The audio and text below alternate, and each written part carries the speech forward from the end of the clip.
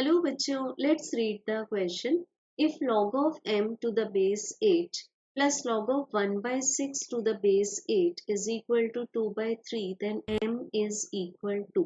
तो बच्चों यहाँ पर हमें गिवन है जो फंक्शन log के फॉर्म में, उसमें हम log के लिए रूल लगा सकते हैं. सबसे पहले आ जाएगा हमारे पास में log के लिए प्रोडक्ट रूल, सच दैट अगर हमारे पास दो नंबर्स हैं x एंड y, तो इनके प्रोडक्ट के लॉग को हम एक्सप्रेस कर सकते हैं log of x plus log of y.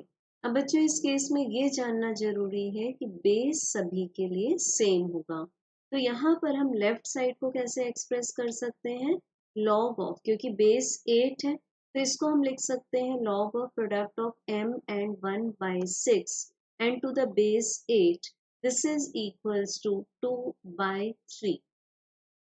तो बच्चों अब हम यहाँ पर अप्लाई करेंगे the basic of log. The basic of log क्या है हमारे पास, अगर हमारे पास एक नंबर है b, इसकी पावर ले ली x, this is equals to n, तो इसको हम लॉग के फॉर्म में कैसे लिखेंगे, x is equals to log of n to the base b. तो बच्चों अब जब हम इसको कंपेयर करेंगे, suppose this is log of n to the base b, तो इसको हम क्या लिख सकते हैं, x लिख सकते हैं.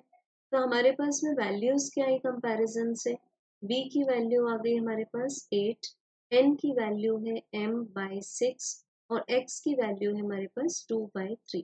तो बच्चों इसको जब हम पुट करेंगे पर्टिकुलरली लॉग के फॉर्म में, क्योंकि हम लॉग के फॉर्म से रिवर्स एक्शन ले रहे हैं, तो हम इसको क्या लिख देंगे, हम लिखेंगे इसको b to the power x equals to n.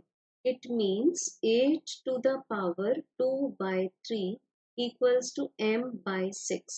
अब हमारे पास में 8 का क्यूब वैल्यू आती है 2, तो 2 का स्क्वायर आ जाएगा, तो 2 का स्क्वायर आ जाएगा 4, this is equals to m divided by 6.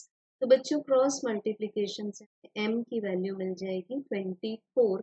So correct answer will be option number A. Thank you.